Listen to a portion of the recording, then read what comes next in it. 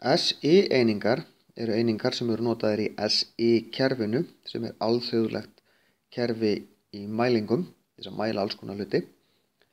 Við notum SI-kerfið meira eða minna á Íslandi, í öðrum löndum er notað annað kerfi eins og í Bandaríkjunum. Það er notaðir fet og mílur í staðinn fyrir metra og kílómetra og ýmsar aðrar einingar.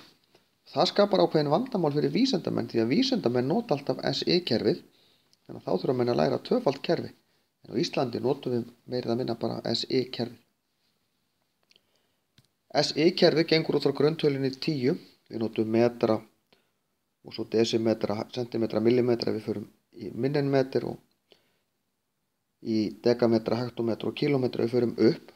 Ef þið viljið skoða þetta betur, það eru miklu fleiri einingar, þá skulið þið skoða vídeó sem ég er búinn að gera sem heitir SI-forskeiti. Þar fer ég yfir hvað einingar þetta eru. En einingarnar sem eru notaðar í SI-kerfinu eru metri, táknað með M fyrir lengd, kílógramm,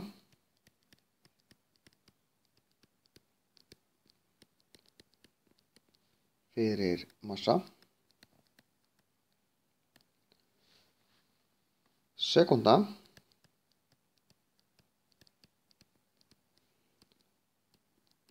fyrir tíma, amper,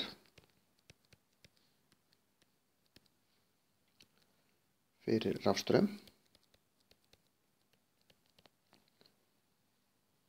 kelvin,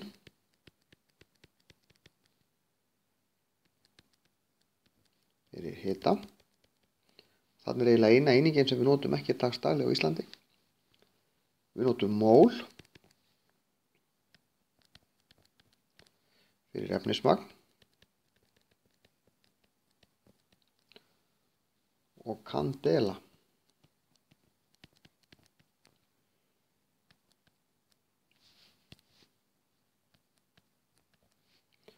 fyrir ljósstyrk.